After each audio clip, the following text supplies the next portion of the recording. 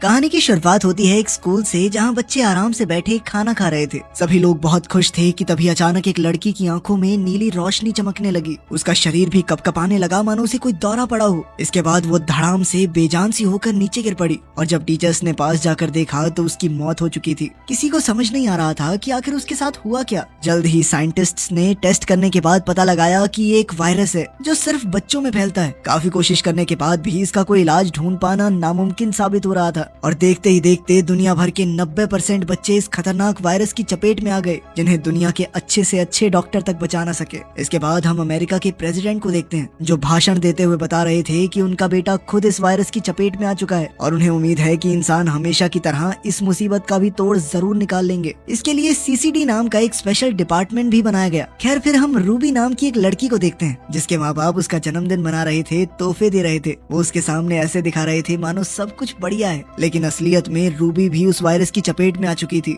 अब उसके माँ बाप को डर था कि वो उसे खो न दे। उसी रात रूबी को अकेले अपने कमरे में नींद नहीं आ रही थी तो वो उठकर अपनी माँ की बगल में जाकर लेट गई और उनका हाथ थाम लिया। लेकिन तभी अचानक उसकी आंखों में ऑरेंज कलर की रोशनी चमकी जिससे रूबी काफी ज्यादा घबरा कर अपने कमरे में भाग गई। अगली सुबह जब रूबी उठी तो उसे तो हमेशा की तरह सब नॉर्मल लग रहा था, लेकिन जैसे ही उसकी माँ ने उसे देखा तो वो पूछने लगी, ये लड़की कौन है तू और घर में कैसे घुस गई? उसकी माँ को वो बिल्कुल भी याद नहीं थी। इस पर रूबी ने कहा कि मैं आपकी बेटी हूँ, मुझे कैसे भूल सकती हैं आप? ये देखिए ये गिफ्ट कल रात को दिया था आपने मुझे। लेकिन रूबी की माँ को लगा कि शायद ये कोई बीमार बच्ची है जो पुलिस से बचकर भाग रही है, जिसके बाद उसने रूबी को सीडीसी की टीम के हवाले कर दिया। रूबी बेचारी रोती बिलखती रही, लेकिन सीडीसी की टीम वाले उसे जबरदस्ती एक बस में बैठा कर ले गए। बस में उसी की तरह काफी सारे बच्चे बैठे हुए थे और एक गार्ड हाथ में बंदूक लिए खड़ा था मानो ये बच्चे नहीं कोई टेररिस्ट हो। जल्द ही बस सीडीसी के हेडक्वार्टर्स में पहुंच गई जहां काफी जबरदस्त सिक्योरिटी थी। जिसके बाद बच्चों को एक एक करके लाइन में अंदर भेजा गया, लेकिन एक लड़का जब ज्यादा सवाल जवाब करने लगा तो वहाँ मौजूद गार्ड्स ने उसे बुरी तरह पीटा। ये सब देखकर रूबी बहुत ज्यादा घबरा गई। जल्द ही सभी बच्चों को उनके चेकअप के लिए डॉक्टर के पास भेज दिया गया। जब रूबी की बारी आई तो डॉक्टर ने उसे बताया कि ये बीमारी उसके शरीर में एक खास तरह की म्यूटेशन कर रही है। कुछ ऐसा ही बाकी बच्चों के साथ भी हो रहा है। ये म्यूटेशन इतनी ज्यादा थी कि अब उन्हें इंसान कहना भी शायद सही नहीं होगा, क्योंकि डीएनए बदलने से अब सभी बच्चों में अलग अलग करिश्माई शक्तियाँ देखी जा रही थी जिन्हें अब साइंटिस्ट्स ने अलग अलग कैटेगरीज में डाल दिया है। जिनकी आंखें अपनी शक्तियों का इस्तेमाल करते हुए हरी होती हैं, उन्हें सबसे समझदार और सेफ कैटेगरी में रखा गया था।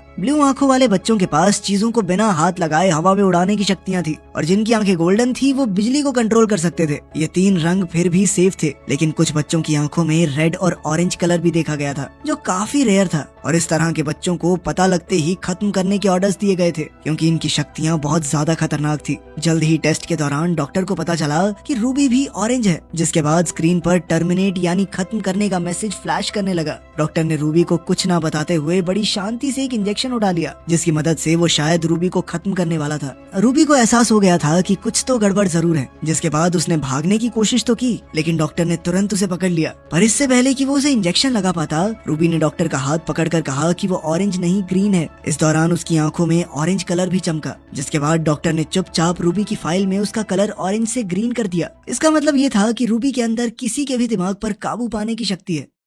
इसके बाद सभी बच्चों को ग्रीन, ब्लू और गोल्डन कपड़े पहना दिए गए। रूबी ने देखा कि वहाँ कोई भी रेड और ऑरेंज कपड़ों वाला बच्चा नहीं था क्योंकि शायद उन्हें पहले ही मार दिया गया होगा। इस तरह लगभग 6 साल बीत गए। अब जो काम तेज दिमाग वाले ग्रीन बच्चे बड़ी आसानी से कर लेते थे वो रूबी को समझ नहीं आते थे और इसी तरह एक दिन कैप्टन मैकमेनस की नजर उस पर पड़ी। वो रूबी से कहने लगा, जितना तेरा दिमाग है तू मुझे ग्रीन तो नहीं लगती। ये सुनकर रूबी काफी घबरा गई और जब वो अपने ग्रुप के साथ वापस कमरे में जा रही थी तो अचानक स्पीकर से हाई फ्रीक्वेंसी साउंड की बौछार हो गई जो सिर्फ ये खास बच्चे ही सुन सकते थे। बाकी किसी पर इसका कोई असर नहीं था। जल्द ही रूबी बेहोश हो गई और उसकी आंख खुली मेडिकल रूम में जहाँ एक फीमेल डॉक्टर उसके सामने बैठी थी। जल्द ही गार्ड ने वहाँ आकर डॉक्टर से कहा कि इलाज का समय बहुत हुआ, जल्दी चलो यहाँ से। डॉक्टर ने जल्दी से एक कागज पर कुछ लिखा और वहाँ से चली गई। उस नोट में लिखा था कि इन लोगों को तुम्हारी सच्चाई पता चल चुकी है, जिंदा रहना चाहती हो तो बॉयलर रूम में आकर मिलो। और रूबी ने बिल्कुल ऐसा ही किया। वो चुपचाप दूसरे कमरे में पहुँच गई, जिसके बाद वो डॉक्टर उसे सबकी नजरों से बचाते हुए अपनी गाड़ी तक ले आई। पर जैसे ही वो दोनों बेस से बाहर निकलने लगे तभी अचानक एक गार्ड ने उन्हें रोक लिया। पर अपनी शक्तियों की मदद से रूबी ने उस गार्ड के दिमाग को काबू में करके उससे दरवाजा दरवाजा खुलवा लिया, जिसके बाद आखिरकार रूबी बेस से बाहर आ चुकी थी। वो कई सालों बाद बाहर की दुनिया को देखकर काफी खुश थी, जिस पर डॉक्टर ने उसे बताया कि अब बाहर की दुनिया में जवान लोग बचे ही नहीं थे और इसलिए कई लोग तो ये शहर तक छोड़कर चले गए थे। तभी रूबी ने अपने माता पिता से मिलने की इच्छा जाहिर की, जिस पर डॉक्टर ने कहा कि ये बहुत खतरनाक होगा। साथ ही उस डॉक्टर ने उसे एक जीपीएस लॉकेट दिया, जिसका इस्तेमाल रूबी को मुसीबत के वक्त करना था, ताकि डॉक्टर और उसके साथियों को उसकी लोकेशन का पता चल सके। साथ ही डॉक्टर ने उसे बताया कि वो उसे एक कैंप में ले जा रही है, जहाँ रूबी जैसे कई और बच्चे भी मौजूद हैं। कुछ देर बाद वो डॉक्टर अपने साथी से मिली, पर जैसे ही रूबी ने उस आदमी से हाथ मिलाया तो वो बहुत ज्यादा डर गई, क्योंकि उस आदमी के हाथ को छूते ही रूबी को एक अजीब सी विजन दिखाई दी थी, जिसमें कई सारे बच्चे भाग रहे थे। इसके बाद जब रूबी अपने कपड़े बदलने के लिए अंदर गई तो वहाँ उसे एक और लड़की दिखाई दी, जो खुद एक गोल्डन थी, पर वो रूबी को देखते ही इतना ज्यादा डर गई कि उसने अचानक से रूबी के ऊपर बिजली का हमला कर दिया और फिर वहाँ से भागकर एक वैन में छुप गई। पर इसके बावजूद भी रूबी ने उसका पीछा करके मदद की गुहार लगाई। उसकी ये बात सुनकर उस गोल्डन लड़की ने वैन का दरवाजा खोल दिया, जिसके बाद उसने रूबी को भी वैन के अंदर ही छुपा लिया। उस वक्त वैन में 2 और लोग मौजूद थे, जिनमें लियम और उसका एक दोस्त शामिल थे, जिनसे रूबी ने झूठ बोलते हुए बताया कि वो एक ग्रीन है, और इसके बावजूद भी कुछ लोग उसका पीछा कर रहे थे। उसकी ये कहानी सुनने के बाद वो लोग भी उसकी मदद के लिए तैयार हो गए, और इसी दौरान एक टीम लगातार उनका पीछा कर रही थी और वहीं दूसरी तरफ डॉक्टर भी उनके पीछे लगी हुई थी। पर तभी लियम ने एक ब्लू आई होने की वजह से उन दोनों की गाड़ियों को तबाह कर दिया, जिसके चलते वो लोग आराम से बचकर निकल गए। कुछ देर बाद वो लोग एक सुनसान जगह पर रुके, जहाँ लियम के दोस्त को समझ नहीं आ रहा था कि आखिर रूबी एक ग्रीन होने के बावजूद ऐसे छुप छुप कर क्यों भाग रही है, क्योंकि उसके मुताबिक रूबी किसी के लिए कोई खतरा नहीं थी। पर अपनी सच्चाई को जानते हुए रूबी के पास इस सवाल का कोई जवाब नहीं था, और इसीलिए उसने इस बात पर गुस्से से जवाब दिया कि अगर तुम लोगों को मेरी मदद नहीं करनी तो जल्दी जल्दी बता दो, मैं चली जाऊंगी यहाँ से। जिस पर लियम ने उसे शांत कराते हुए बताया कि वो सभी लोग एक खास जगह जा रहे हैं, जहाँ एक ऑरेंज आंखों वाला लड़का है जो उन सभी को सुरक्षित रख सकता है, और अगर रूबी चाहे तो वो भी उनके साथ आ सकती है। ये सुनते ही रूबी तुरंत ही इसके लिए तैयार हो गई। रास्ते में रूबी ने लियम से पूछा कि आखिर वो बेस से क्यों भागे हैं, जिस पर लियम ने उसे बताया कि असल में उन सभी पर अजीब अजीब से एक्सपेरिमेंट्स किए जाते थे, जिसके जरिए सरकार उन सभी बच्चों की एक आर्मी बनाना चाहती है, जिसका इस्तेमाल दुश्मनों के खिलाफ किया जा सके। और इन्हीं सब चीजों के चलते उन सभी ने बेस से भागने का प्लान किया था। उधर उस डॉक्टर को भी पकड़ लिया गया था, जिसने रूबी को ग्रीन होने का सर्टिफिकेट दिया था, और थोड़ी पूछताछ के बाद उसे मार दिया गया। उसी रात सोते हुए अनजाने में रूबी का हाथ लियम के हाथ से टकरा गया, जिसके बाद उसे लियम की सभी यादें दिखाई दे रही थी कि कैसे उसने बेस से भागते हुए कई सारे बच्चों को बचाने की कोशिश की थी, लेकिन वो इसमें नाकामयाब हो गया था। अगली सुबह उस गोल्डन लड़की ने रूबी को एक लाल ड्रेस दी, जिसमें वो बहुत ही खूबसूरत लग रही थी। इसके बाद वो सभी लोग दोबारा वैन में बैठकर अपनी मंजिल की ओर निकल गए, जहाँ रास्ते में प्रेसिडेंट के बेटे की एक रिकॉर्डिंग चल रही थी, जिसमें वो कह रहे थे कि अगर मैं ठीक हो सकता हूँ तो तुम क्यों नहीं। कुछ देर बाद ये लोग सामान खरीदने के लिए एक मॉल में रुके, जो पूरी तरह से खाली था, और तभी अचानक कुछ और बच्चों ने इन पर हमला कर दिया, जिसके बाद गोल्डन बच्ची ने अपनी शक्तियों से उन सभी को रोक दिया। असल में वो सभी बच्चे भी बिल्कुल इनके जैसे ही थे, और उनके पास भी कुछ जादुई शक्तियाँ थी, इसीलिए सभी बच्चों ने रात भर बैठकर ढेर सारी बातें की। इस दौरान लियम ने उस ऑरेंज लड़के का पता जानने की कोशिश की, ताकि वो सभी जल्द से जल्द खुद को सुरक्षित कर सकें। पर उन बच्चों का कहना था कि कोई भी इंसान इतनी आसानी से वहाँ तक नहीं पहुँच सकता, क्योंकि वो जगह बहुत खुफिया थी। पर तभी रूबी ने उस लड़के के दिमाग को काबू में करके उससे वो पता निकलवा लिया, जो एक खास कोड था, जिसके बाद लियम का दोस्त और रूबी उस कोड का मतलब निकालने में लग गए। कुछ देर तक मेहनत करने के बाद जब उन्हें आखिरकार उस कोड का मतलब मिल गया तो वो सभी लोग बहुत खुश हुए। उस वक्त उसके बाकी सभी दोस्त भी वहाँ मौजूद थे, और अब उन्हें समझ आ गया था कि रूबी ग्रीन नहीं बल्कि ऑरेंज थी। लेकिन रूबी को लग रहा था कि शायद उसके दोस्त अब उससे डरने लग जाएंगे, पर लियम के मुताबिक इसमें डरने वाली कोई बात थी नहीं। जिस पर रूबी ने उसे बताया कि असल में वो अपनी शक्तियों पर काबू नहीं कर पाती, और अगर उसने अपनी शक्तियों का इस्तेमाल किसी पर अचानक से कर दिया तो उस इंसान की मौत भी हो सकती है। इसके बाद ये सभी लोग आगे बढ़ते रहे, पर कुछ देर चलने के बाद ही अचानक फौजी जैसे कपड़े पहने हुए बच्चों ने उन पर हमला कर दिया। पर तभी उनमें से एक ने लियम को पहचान लिया, जिसके बाद अपनी बातचीत के दौरान लियम ने उन्हें बताया कि वो बस रहने के लिए एक सुरक्षित जगह चाहते हैं। उसकी ये बात सुनकर वो बच्चे उन्हें अपने साथ ऑरेंज लड़के के पास ले आए, जो असल में कोई और नहीं बल्कि प्रेसिडेंट का बेटा ही था, और वो रूबी और उसके साथियों को देखकर काफी खुश था। जिसके बाद उसने बताया कि असल में प्रेसिडेंट ने सबसे झूठ बोला था कि वो पूरी तरह से ठीक हो चुका है, पर असलियत में उसके ऊपर कई सारे एक्सपेरिमेंट किए जा रहे थे, और जब कोई भी एक्सपेरिमेंट सही नहीं चला तो सरकार ने कैंप बनाकर बच्चों को वहाँ रखना शुरू कर दिया। साथ ही उसने रूबी से वादा भी किया कि वो उसे अपनी शक्तियों का इस्तेमाल करना सिखाएगा। इसके बाद रूबी ने धीरे धीरे अपनी शक्तियों को जानना शुरू किया और अब वो उन पर काबू पाना भी सीख रही थी कि तभी एक दिन जब वो बहुत ज्यादा उदास थी तो वो ऑरेंज लड़का उससे मिलने के लिए आया और उसने रूबी से कहा कि सिर्फ एक ऑरेंज ही दूसरे ऑरेंज को समझ सकता है, और ये कहते ही उसने रूबी का हाथ पकड़ लिया। पर ठीक उसी वक्त लियम ने उन दोनों को देख लिया जो उसे बिल्कुल पसंद नहीं आया। इधर रूबी का हाथ पकड़कर वो लड़का उसकी सभी यादों को देख पा रहा था, जिसके जरिए उसे पता चला कि आखिर उस रात रूबी के साथ क्या हुआ था।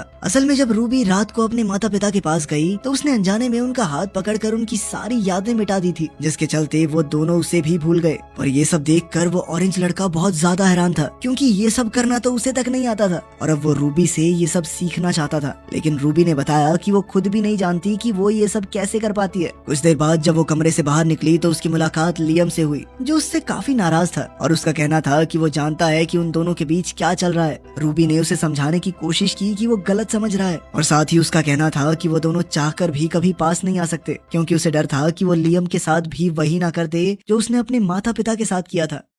इसके बाद वो लेक के पास गई जहां उसकी मुलाकात लियम के दोस्त से हुई और उसने रूबी को बताया कि उसे यहाँ भी महफूज नहीं लगता। उधर वो ऑरेंज लड़का लैपटॉप पर किसी को बता रहा था कि उसके पास कितने ग्रीन, कितने ब्लू और कितने ऑरेंज बच्चे मौजूद थे। लेकिन ठीक उसी समय पर रूबी वहाँ पहुँच गई, जिसके आते ही उसने अपना लैपटॉप बंद कर दिया। और असल में रूबी भी वहाँ पर लैपटॉप लेने ही आई थी ताकि वो लियम के दोस्त की बात उसके घर पर करवा सके। और ये मौका देखते ही उस लड़के ने रूबी के साथ एक डील करने की कोशिश की, जिसमें रूबी को उससे याददाश्त मिटाने वाली शक्ति सीखनी थी और इसके बदले में वो उसे लैपटॉप देने वाला था। रूबी भी इस चीज के लिए तुरंत ही तैयार हो गई। लेकिन उससे ये सीखते वक्त जब रूबी ने अपनी आंखें खोली तो उस वक्त वो लड़का उससे बदतमीजी करने की कोशिश कर रहा था, जिससे बचने के लिए रूबी ने उसके मुंह पर एक जोरदार मुक्का दे मारा। और जब वो उस कमरे से बाहर निकली तो उसकी मुलाकात लियम से हुई, जो रूबी से सारा सच जानने के बाद बहुत ज्यादा गुस्से में था और अब वो उस लड़के से बदला लेना चाहता था। लेकिन रूबी ने उसे किसी तरह से रोक लिया, क्योंकि वो जानती थी कि अब वो लोग यहाँ पर महफूज नहीं है। अब उन्हें जल्द से जल्द वहाँ से निकलना था।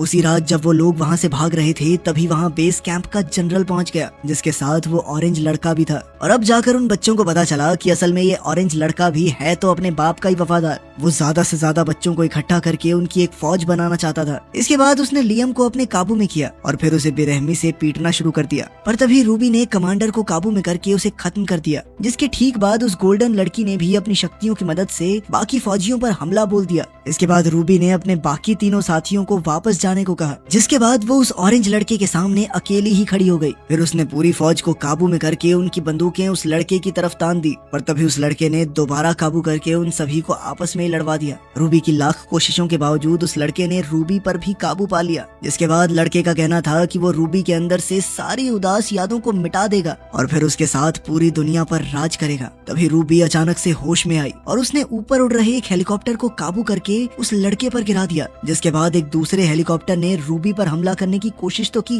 पर लियम के दोस्त ने रूबी को बचा लिया। लेकिन इस सब में उसे काफी गहरी चोट लग गई थी और अब रूबी को समझ नहीं आ रहा था कि वो उसकी मदद कैसे करे। तभी उसे डॉक्टर के दिए हुए उस जीपीएस के बारे में याद आया। उस डॉक्टर ने बेस से भागने में उसकी मदद की थी, मतलब वो थोड़ा भरोसा तो कर सकती थी उस पर। जीपीएस के एक्टिवेट होते ही डॉक्टर जल्दी ही अपने एक साथी के साथ उन्हें बचाने के लिए वहाँ पहुँच गई। जल्द ही रूबी की आंख एक बिस्तर पर खुली और वो डॉक्टर उसके बेड के सामने ही कुर्सी लगाए बैठी थी। डॉक्टर ने बताया कि तुम्हारा जख्मी दोस्त हॉस्पिटल में है और उम्मीद है कि जल्द ही ठीक भी हो जाएगा। लेकिन लियम जल्द से जल्द वहाँ से निकलने की मांग कर रहा है। लाख समझाने के बाद भी वो यहाँ नहीं रहना चाहता और वो रूबी को यहाँ अकेला छोड़कर भी नहीं जाएगा। डॉक्टर ने ये भी बताया कि उनका मकसद प्रेसिडेंट को पकड़वाना है। वो उसके काले कारनामों को दुनिया के सामने लाना चाहते हैं और वो ये सब रूबी के बिना हासिल नहीं कर पाएंगे। रूबी नहीं चाहती थी कि लियम को कोई भी नुकसान पहुँचे, इसीलिए उसने लियम के करीब जाकर अपनी शक्तियों से उसके दिमाग से अपनी हर एक याद मिटा दी। इसके बाद रूबी ने उसे उसका बैग थमाकर घर जाने को कहा, जिसके लिए लियम तुरंत ही तैयार हो गया। अपने प्यार को उसे भुलाकर जाता देख रूबी की आंखों में आंसू आ गए, लेकिन वो जानती थी कि यही सही है। दूसरी ओर हम प्रेसिडेंट के लड़के को देखते हैं जो अभी तक जिंदा था। इस वक्त वो अपनी आर्मी के सामने खड़ा था जिनको उसने अपने वश में कर रखा था।